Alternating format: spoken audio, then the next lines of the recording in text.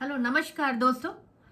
मेरा नाम डॉक्टर सुषमा पुरोहित है और मैं आप सबके सामने आज उपस्थित हूँ गायनिक कैंसर से रिलेटेड एक सीक्वेंशियल सीरीज को लेकर, जिसमें हम बात करेंगे कि महिलाओं में होने वाले जो कॉमन कैंसर्स हैं वो कौन कौन से हैं और कैसे हम उनका बचाव कर सकते हैं, वो हम आगे के सीक्वेंसेस में जानेंगे। आज हम मोटा मोटा सिर्फ यही जानेंगे कि महिलाओं में कौन कौन से कैंसर मेनली होते हैं। पिछले साल भारत में 2023 में करीब 3.5 लाख केसेस मिले हमको सर्वाइकल कैंसर के। सर्विक्स क्या होता है वो हम आपको जल्दी बताएंगे। हालांकि इंडिया में सेकेंड नंबर का जो मोस्ट कॉमन कैंसर है वो है सर्वाइकल कैंसर। नंबर 1 पर आता है ब्रेस्ट कैंसर। मैं गायनिक ऑन्कोलॉजिस्ट हूं, मेरे अंडर में आता है फीमेल रिप्रोडक्टिव सिस्टम के कैंसर्स। तो ये जो फीमेल रिप्रोडक्टिव सिस्टम के कैंसर्स है, फीमेल रिप्रोडक्टिव सिस्टम में कौन कौन से अंग आते हैं? एक आता है गर्भाशय, यूट्रस जिसको हम कहते हैं। दूसरा होता है फैलोपियन ट्यूब्स, एक होता है ओवरीज, एक होता है वजाइना और प्राइवेट पार्ट्स का बाहरी हिस्सा वल्वा। जो इन सभी जनानंगों में जो सबसे ज्यादा कॉमनली जिसका कैंसर पाया जाता है वो है यूट्रस। यूट्रस में भी सर्विक्स का कैंसर। जो गर्भाशय होता है, यूट्रस होता है, वो मेन प्रजनन अंग है फीमेल रिप्रोडक्टिव सिस्टम में। और यूट्रस में 3 जगह से कैंसर ओरिजिनेट होता है। एक होता है सर्विक्स, गर्भग्रीवा, जो बच्चादानी का लोअर मोस्ट हिस्सा होता है, उसको हम सर्विक्स कहते हैं। दूसरा, बच्चादानी की जो लाइनिंग होती है उसको हम एंडोमेट्रियम कहते हैं। दूसरा जो मोस्ट कॉमन कैंसर है वो एंडोमेट्रियल कैंसर होता है इसीलिए। तीसरा, गर्भाशय जिन मांसपेशियों से बना होता है उसको हम कहते हैं मायोमेट्रियम। वहां पे जो आने वाला कैंसर होता है वो है लियोमायोसार्कोमा। वो बहुत कम इसका इंसिडेंस है, सिर्फ 1% है। अगर 100 महिलाओं की बात करेंगे तो 100 में से 1 को वो होता है, तो वेरी रेयर। तो मोस्ट कॉमन जो किलर कैंसर है हमारा वो है सर्वाइकल कैंसर, जिसके बारे में हम डिटेल डिस्कशन करेंगे। इंडिया में 3.5 लाख केसेस मिले लास्ट ईयर और उसमें से 50% से अधिक की महिलाओं की डेथ हो गई, क्योंकि समय से पकड़ा ना जा सका। जब महिलाएं डॉक्टर्स के पास पहुंची तो वो ऑलरेडी स्टेज 3B में थी, जिसमें बीमारी बहुत ही कठिन स्टेज पर पहुंच जाती है। बहुत सारे कॉम्प्लिकेशंस होते हैं। लैटिन के रास्ते में रुकावट होने लगती है, दर्द बहुत ज़्यादा बढ़ जाता है, पेशाब के रास्ते में खून आने लगता है, किडनी अफेक्ट होने लगती है और जो मृत्यु होती है वो बहुत ही दर्दनाक होती है। इसीलिए इस बीमारी को अर्ली स्टेजेस में पकड़ना बहुत इंपॉर्टेंट है। आज मैं आपको एक बहुत अच्छी न्यूज़ देना चाहती हूँ कि विश्व भर में ऑस्ट्रेलिया एक ऐसा कंट्री बन गया है, first country in the world to make their country free of cervical cancer as public health problem. जब सर्वाइकल कैंसर का इंसिडेंस अत्यधिक होता है तो वो एक पब्लिक हेल्थ प्रॉब्लम रहती है। यह बीमारी ऑस्ट्रेलिया के लिए एक पब्लिक हेल्थ प्रॉब्लम नहीं रही। और वो कैसे हो सका? वो उनके अंदर के लोगों के एफर्ट्स की वजह से हो सका। उसमें भी उन्होंने स्क्रीनिंग प्रोटोकॉल्स का बहुत इंटेंसिव यूज किया।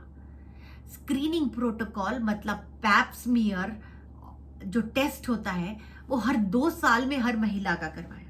इस तरह से उन्होंने ज्यादा से ज्यादा केसेस अर्ली स्टेजेस में पकड़ के उनको वहीं खत्म कर दिया।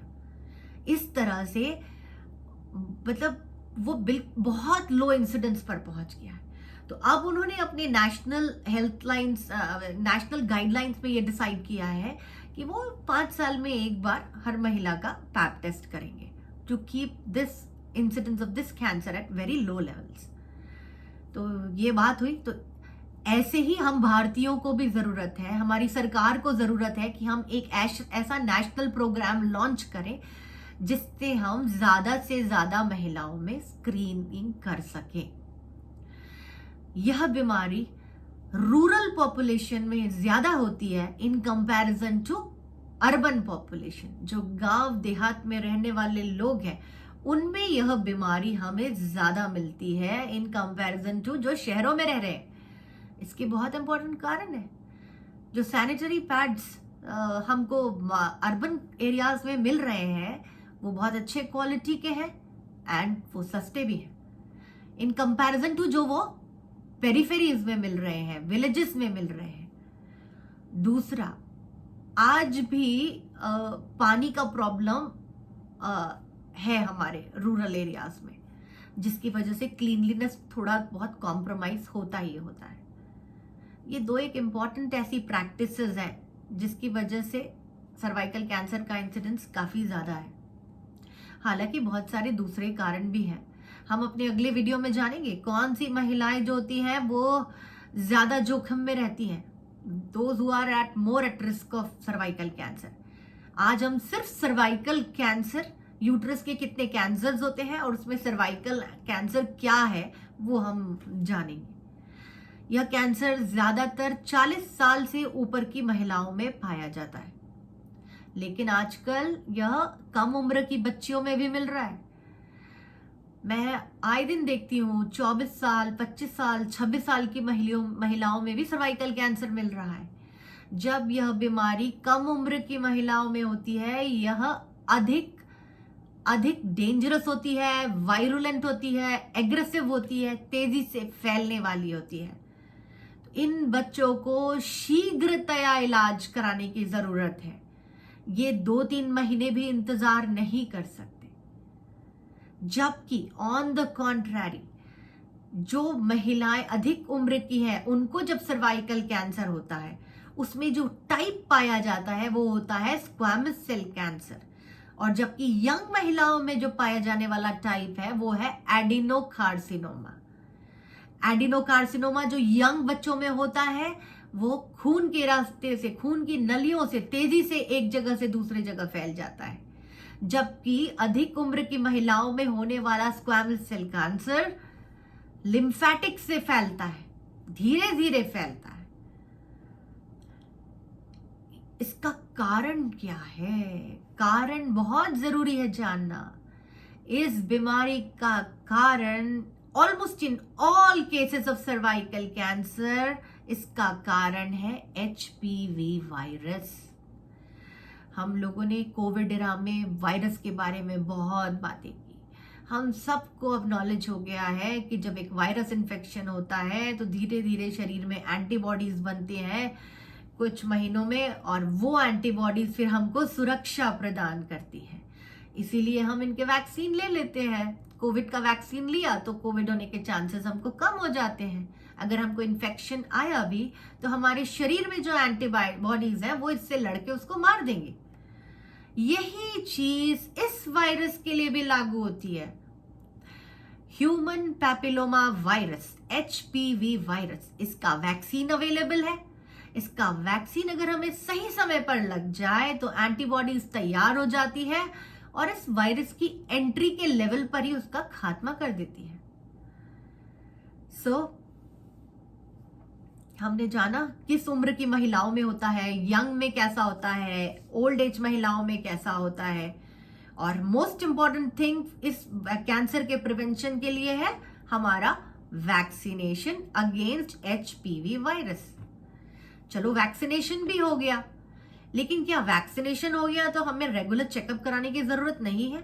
नहीं, ऐसा बिल्कुल नहीं है। आपको भले ही वैक्सीनेशन आपका हो गया हो, आपको फिर भी अगर आप 21 साल से ऊपर के हैं तो हर 3 साल में आपको HPV टेस्टिंग आपको पैप स्मीयर टेस्टिंग करवाना है। अगर आप पैप स्मीयर टेस्टिंग के साथ HPV को टेस्टिंग, ह्यूमन पैपिलोमा वायरस को टेस्टिंग करवाते हैं, मतलब ये 2 तरह के टेस्ट है, इनको एक साथ करा लेते हैं, तो ऐसे में आपको हर 5 साल में अपने आप को स्क्रीनिंग करवाना पड़ेगा। आया आपकी समझ में? स्क्रीनिंग टेस्ट में सबसे इंपॉर्टेंट है पैप टेस्ट जो हर 3 साल में जरूरी है, लेकिन अगर आप पैप टेस्ट के साथ HPV टेस्टिंग कराते हैं तो आपको 5 साल में कराना पड़ेगा। तो आप आराम से अपने डॉक्टर को हर 5 साल में ये जाकर चेकअप करा सकते हैं।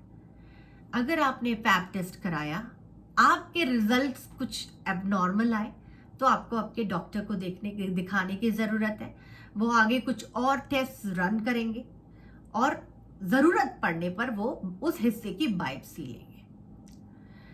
तो हमने जाना क्या है यूट्राइन कैंसर्स, कौन सी उम्र में ज़्यादा होता है, इंडिया में यह किस तरह एक किलर डिजीज बना हुआ है, यह रूरल पॉपुलेशन में ज़्यादा होता है in comparison to the urban population. फिर हमने जाना कि ये होता किससे है, almost all cases human papilloma virus से। फिर हमने जाना कि हम कैसे इस बीमारी से बचाव कर सकते हैं, वो है वैक्सीनेशन। नेक्स्ट आती है बात कि आपने पूरा स्क्रीनिंग कराया, सब किया, आपको तो नहीं हुआ, लेकिन बाई चांस अगर किसी को सर्वाइकल कैंसर पहुंच गया, मतलब हो गया, तो हमको उसको जानना है कि वो कौन सी स्टेज में है। वो हम क्लिनिकल एग्जामिनेशन से ही जान लेते हैं। स्टेज 2A तक की बीमारियां ऑपरेशन से ठीक की जा सकती है, लेकिन स्टेज 2B के उपरांत रेडिएशन, सिकाई वाली थेरेपी लगाई जाती है। सबसे अच्छा है पेशेंट सर्जिकल स्टेज में हमारे पास आ जाए तो बीमारी पूरी की पूरी निकाल के बाहर कर दी जाती है और फिर स्टेज को जज करते हुए आगे का ट्रीटमेंट डिसाइड होता है।